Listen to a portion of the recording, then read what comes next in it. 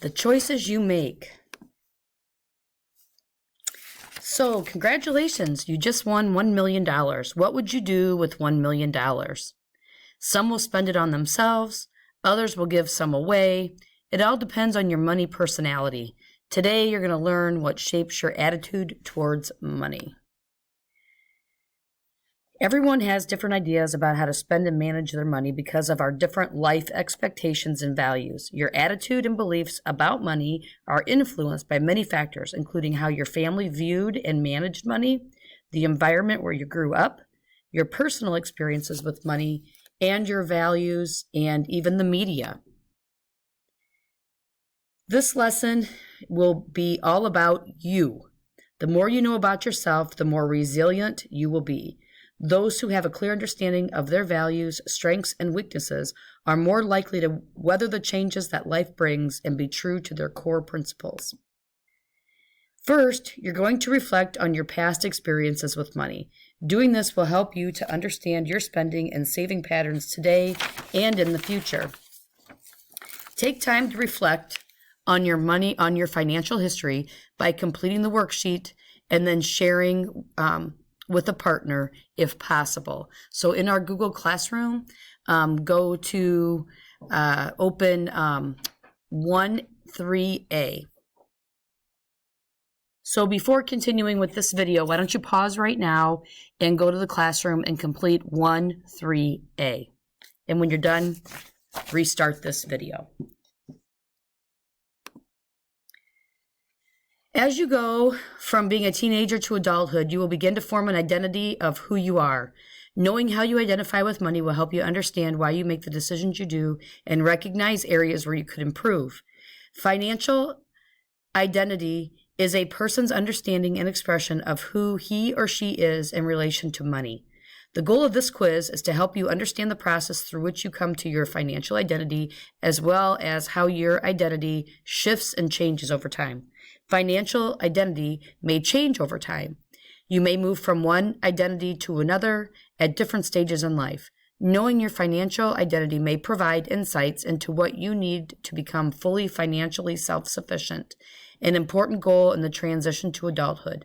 Learning about your current financial identity gives you a great starting point for improving your financial skills and achieving your goals. Discover your financial identity by taking the financial identity quiz.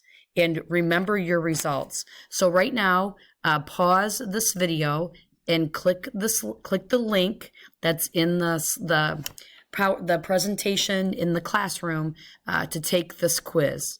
And when you're done with the quiz, remember your results, maybe jot them down or do a screenshot of them to save it, and then come back to this video and finish watching today's lesson.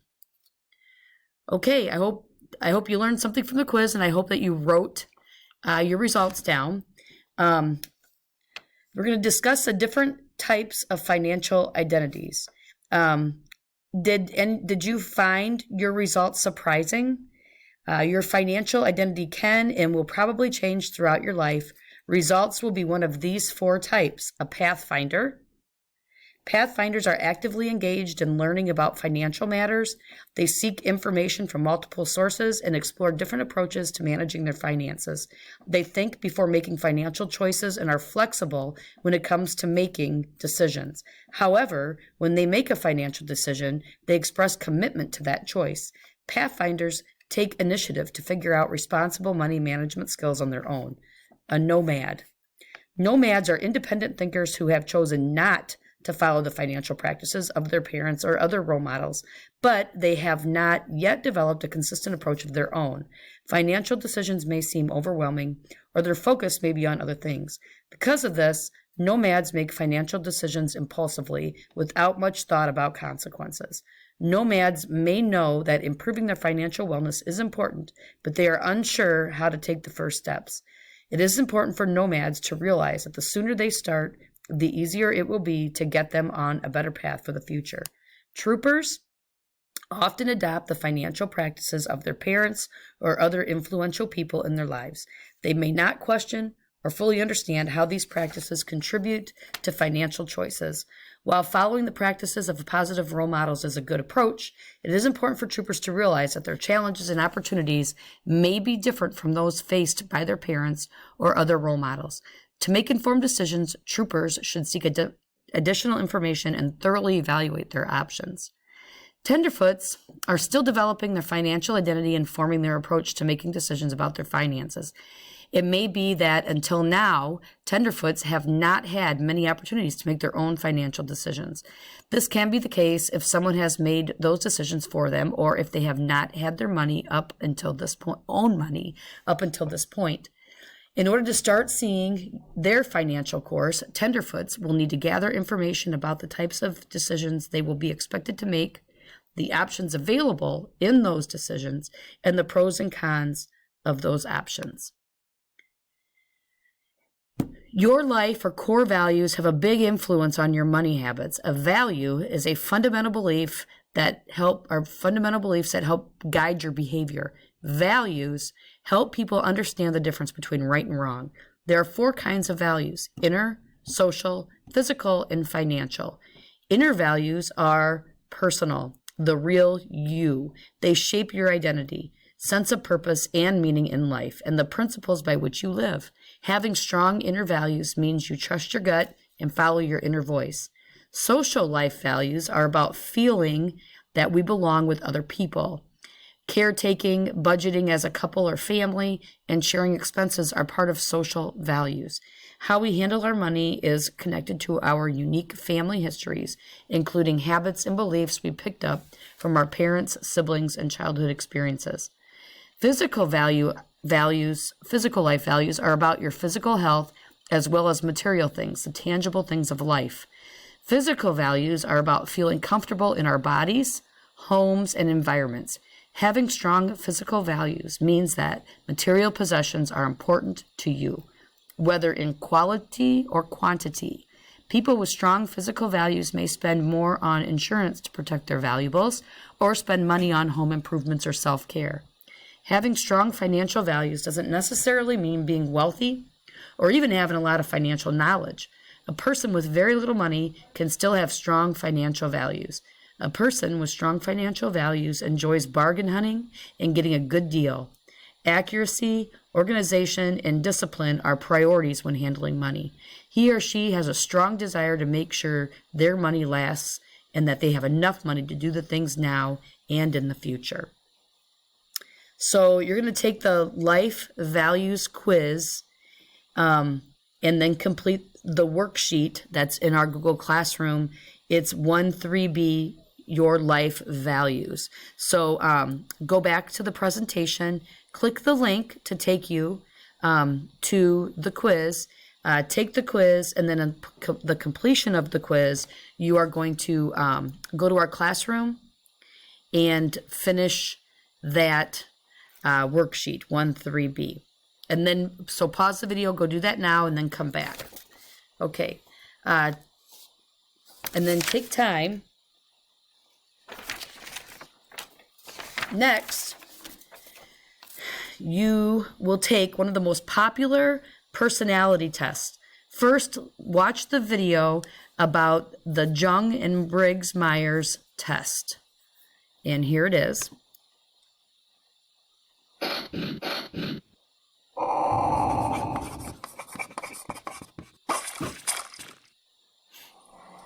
Human beings enjoy categorizing things. It facilitates our understanding of relationships between things or concepts that might seem unrelated, as well as creating initial connections that in turn build relationships.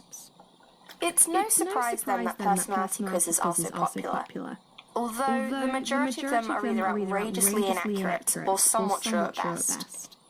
The Myers-Briggs test, however, has gained much popularity as a deeply insightful and accurate profile of characteristics within a person. Created by Isabel Briggs-Myers and her mother Catherine, the test based on Carl Jung's psychological types categorizes individuals into one of 16 types. These types are 4-letter acronyms, divided on the different ways a person perceives and relates to the world and others around them. The 4-letter acronyms can be defined as the following. Introvert versus extrovert. The first acronym characterizes individuals as either introverted or extroverted. A misconception of introverts is that they are reserved or shy, but it is actually how they derive energy from their inner world and need to be alone to recharge. They may feel drained of energy when spending too much time with others. Extroverts, on the other hand, are energized by interaction with people. Their energy comes from outer world activities, as they prefer to move into action and make things happen. Intuition versus sensing.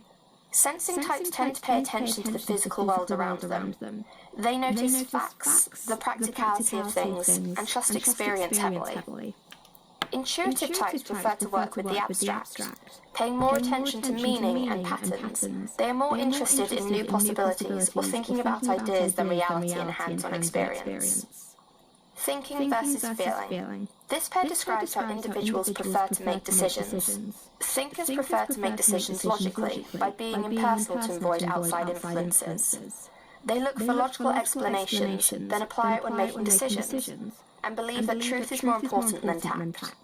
In contrast, feeling types weigh personal opinion and other points of view when making decisions. Concerned with harmony and how the people involved will be affected, they lean more towards tact than telling the cold truth. They like to approach decision-making through compassion and heart.